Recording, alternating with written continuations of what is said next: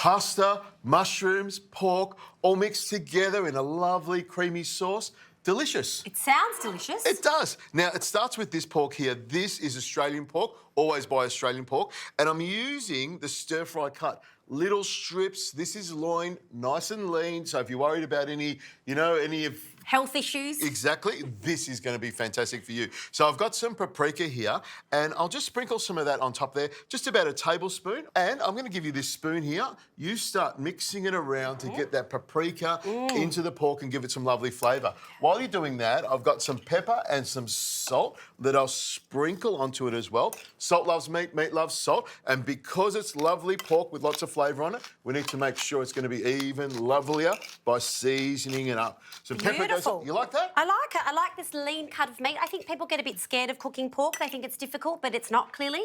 It's easy. You're doing it, so it must be okay. Exactly. If I can do it, anyone can do it, and I'm going to show you how easy it is to put together. And I haven't even touched it yet. You're mixing it yourself. If I can do it, that's the messaging, really. Exactly. And this is the sort of thing, you buy it, you open it up, you'll find it in every supermarket, your butcher will have it for you as well, and it's just a matter of getting it all mixed together. Now, you can go crazy here, you can put some garlic in here, you can put some thyme in here, you can put anything you want in here, marinate it overnight. We're not even going to bother with that, we're going to get it straight in the pan. Now, while I'm cooking this, I'm going to hand these herbs to you. Thyme, rosemary and sage. Beautiful herbs that go with pork, and you're just going to pick them off nice and whole. You love the fresh herbs, don't you? I do. I like to smell them and sometimes just do a bit of this, It's good for you. Makes you feel nice. And I also know that you have all of these herbs growing in your house. And I've only told you 16,000 times. I know. Well, hopefully you'll bring them in sometime so I can cook them. That's a lie. I have given him many herb bouquets. Tell the people at home, please. That's a nice way to bring a present for someone. You've had them. Like a little bouquet of herbs, but tie them up in a little ribbon so they're really nice. You can do that as well. Now, my pan here, nice and hot. The pork straight into the pan, and this will start to sizzle. Hear that sizzle? You want a nice, gentle sizzle to start to sear it off like that. And you can see this oil is just starting to bubble away. Now, with the wooden spoon, Preeya, what I'm doing is just moving it apart to separate all of that pork so it cooks nice and evenly on the bottom. Lovely. You liking this already? I am. Now, you've got a lot of herbs there, plenty of herbs. The thing about these herbs, they are quite strong, so you want to be careful how much you use. So you've got a lot there, and I reckon I might put most of it in. Oh, my goodness. I'll keep some of it aside. Them all. I did think sage is quite a strong... I grow sage, but I'm a bit reluctant to use it. I've told you this before. Yeah. Because it's such a potent herb, but you're going to use it all. We are. This is going to have a lot of flavour in it. And we've got a lot of flavour already, so we're just adding to it. But, if you are using sage, rosemary and thyme, don't go throwing heaps of it. Don't use it like spinach. Use it like herbs, so you get lots of flavour. So I'll put all this in here, and I just tear it apart like this. You can chop it up if you want to, but you don't need to. Just throw it straight in like that. They smell good too. We can put it on our bodies. Exactly. Yeah. And I was going to tell you, my grandfather used to have basil in his garden. He would take the basil out, put it into his top pocket. So every time I smell basil, I think of my grandfather. Now, I've got some beautiful mushrooms here, Preeya.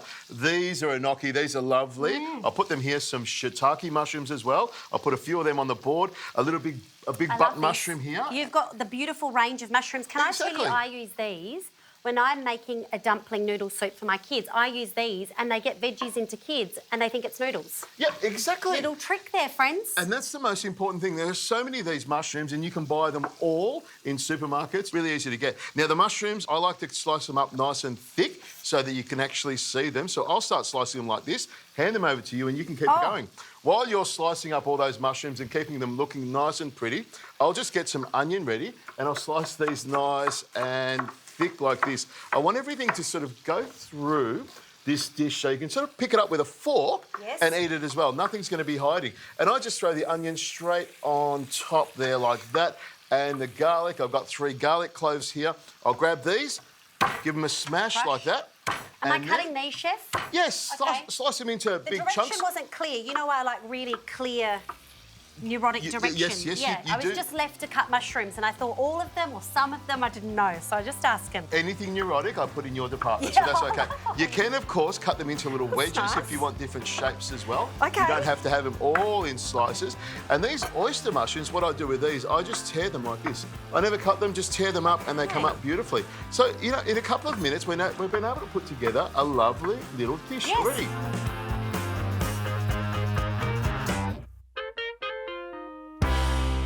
Now, this is on a medium to high heat, and what I'll do now is turn it up so it's a little bit hotter, or a lot hotter. We're going to turn it up to number 9 and get some heat in there. And what you'll find, once you get the heat in there, that pork will really start to sizzle. And you can see already the onions are starting to soften up a little bit already. And I like to add a little bit more salt because we love plenty of salt in here, makes it flavoursome, and also a good twist of pepper on there as well. Nice. Now, at this stage here, the mushrooms will go into the pan. Now, you're looking at this thinking, Richo, there are a lot of mushrooms going in here. I'm thinking, is the pan big enough? That's what I was thinking. I thought, has he made a good choice here? I don't know. See, what'll happen here, and I pull these apart. I should have told you this part of it. You didn't hand that over. I pull them apart like this. Now, what you'll see with the mushrooms is as they cook, they shrink down and all the juices come out of it.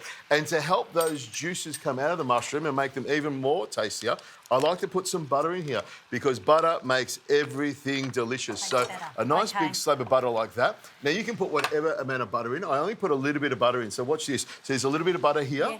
And then a little bit of... just divide it up into little bits. It doesn't all count together. Exactly. Okay. So I would probably leave that out of this. I'm loving the amount of veggies in there with the mushroom. I would probably leave this part out of it and just go with the extra virgin olive oil. Yeah, but this is a very strict recipe. It requires this butter. You can be flexible with the recipe. Yeah, this butter. So if you want to look after your low-density cholesterol, triglycerides, then you could leave it out. Now, I just stir that round for a minute or so to just get some heat into it, and we're looking like it's nice. And look at those mushrooms. Now, I'll add some white wine in here. That's about half a cup of white wine into the pan that goes. Now, I've got some water here ready to cook the pasta. So if you pass me that pasta there and open it up because I've got some butter on my hands and it's a little bit slippery. Slippery hands, Exactly. butter hands. Look at these lovely little balls of pasta. Very cute. Now, I've got my pot here and I add a nice big pinch of salt. I love plenty of salt in my water. You put whatever salt you want in there. Some people don't put any salt in there at all. Is that you? I love it. Is that you?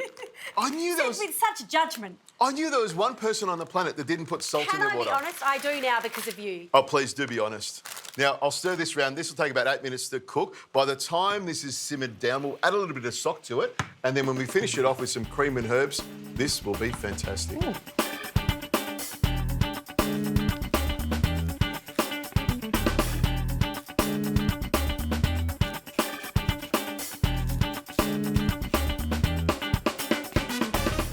Pasta, look at that.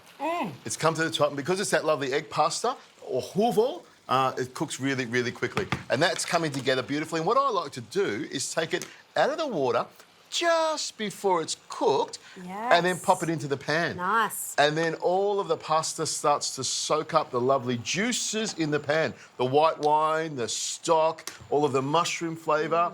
All of that pork juice as well. It does look very delicious around here. I'm looking all that broth that must have all that mushroom infused through it. Looking great. I'm getting excited. It's smelling good, isn't it? It is. Now, fresh herbs, got to have fresh herbs. Chives go in here, parsley go in here. I like to have these soft herbs in just at the end because that's where you get lots of flavour in there. And this is one of the few pastas I don't put any cheese in.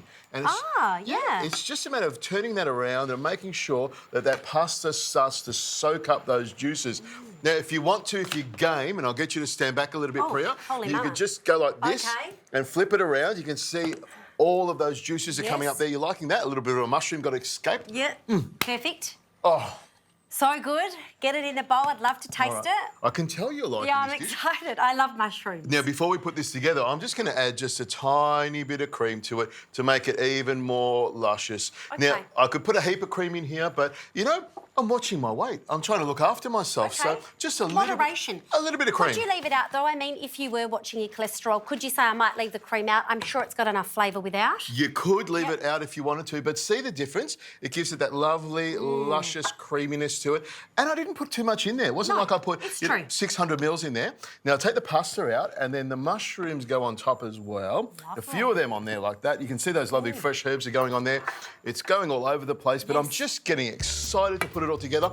Sometimes when I make this, I serve this up in a big dish and then take it out to the table. Some of this cream over the side here. Look at the colour of that. Fantastic. Yeah, and the pork. Look at it. Beautiful. Exactly. A little bit of that over the top there. All right, Preeya, grab your fork and let's get stuck into it. I'm going to get some of this beautiful pork and a mushroom.